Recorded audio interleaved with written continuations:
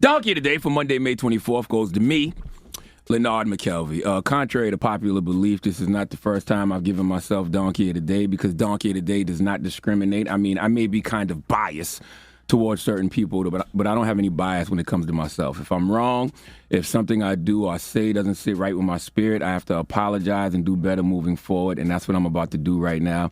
I want to apologize to Kwame Brown and Kwame Brown's family.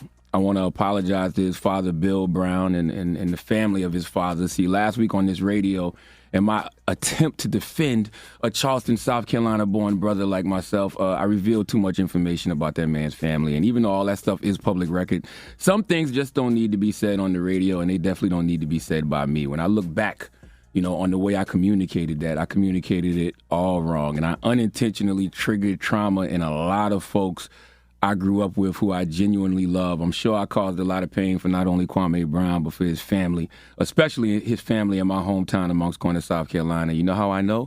Because I spoke to a few of them. I've been on the phone this weekend with mothers of children and their children. Salute to Shaliba and her daughter, Brianda. I was on the phone with sisters like Wallette. Salute to Wallette. Oh, she cursed me out good. And, I was apologizing for triggering them, causing them pain, because I was casually discussing their family's trauma, man. And that's something that I have to stop doing. That's something that we all have to stop doing. I was talking to my Sacred Purpose coach, Yadi Alba, this weekend. She's like a spiritual therapist. I have her and my clinical therapist, and that's what we were talking about, how we casually discuss each other's traumas. I didn't even think about when I spoke on, Kwame and his family, how many people were impacted by those things I was speaking on. I mean, that's generational.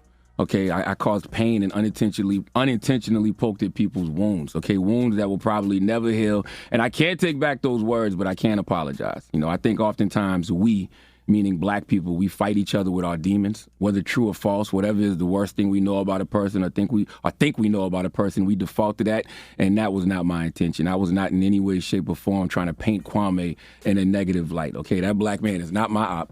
He wasn't my op when I said it. In my mind, I'm defending that man, but I should have been defending him as Leonard, Charlamagne the God, McKelvey, the professional, and not Leonard, Larry, whatever you want to call me from Moncks Corner, South Carolina, talking like I'm home in the town on why I believe they need to leave Kwame Brown alone. That was whack, because the conversation didn't even have to go there. The conversation should have been about basketball. Yes, leave Kwame Brown alone because he achieved a goal and a dream that 1.3% of NCAA seniors will achieve, and 0.03% of high school seniors. You know how small a number that is?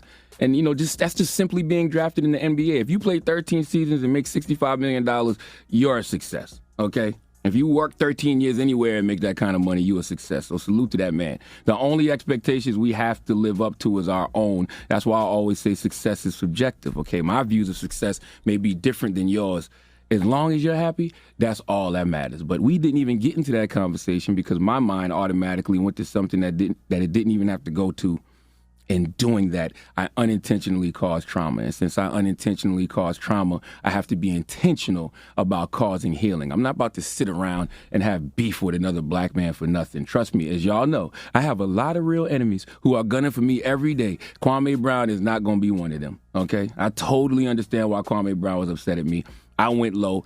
That wasn't my intention. But in hindsight, it was low. And Kwame took it to the floor with me. And y'all be online so excited, ready to see black people go back and forth and tear each other down. I'm not doing that.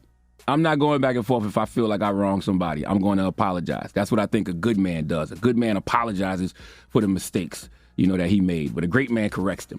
Hopefully, I get the opportunity to do that one day. But for now, I just apologize. And I'm not beefing with a black man who's born where I was born and has family where I'm from. There is nothing on this planet that I love more than God, my family, and Moncks Corner, South Carolina, the whole low country, the 843. Drop on the clues bomb for the 843, okay? So when I say I sincerely apologize to Kwame Brown and his family and the family of Bill Brown and Moncks Corner, I mean that. Only thing I'm responsible for is my energy in recognizing my own insanity. And Eckhart Tolle once said to recognize one's own insanity is, of course, the arising of sanity, the beginning of healing and transcendence. I truly believe if trauma can be passed down through generations, then so can healing. Me, Leonard McKelvey, I have never claimed to be perfect. In fact, I'm far from it. I'm not going to always get it right. The same things people listen to me for is the same things they hate me for because I talk too much. I overshare. I overshare about myself. I overshare about others, and that has historically gotten me in trouble. But we are all works in progress, and one of the most healing things you can do is recognize where in your life you are your own poison. And last week I was poison to Kwame Brown, Bill Brown, and their families. For that, I sincerely apologize. Please let Remy Ma give me, Leonard McKelvey, Charlamagne the God, the biggest hee-haw. Hee-haw, hee-haw. You stupid motherfucker. Are you dumb? Yes, indeed.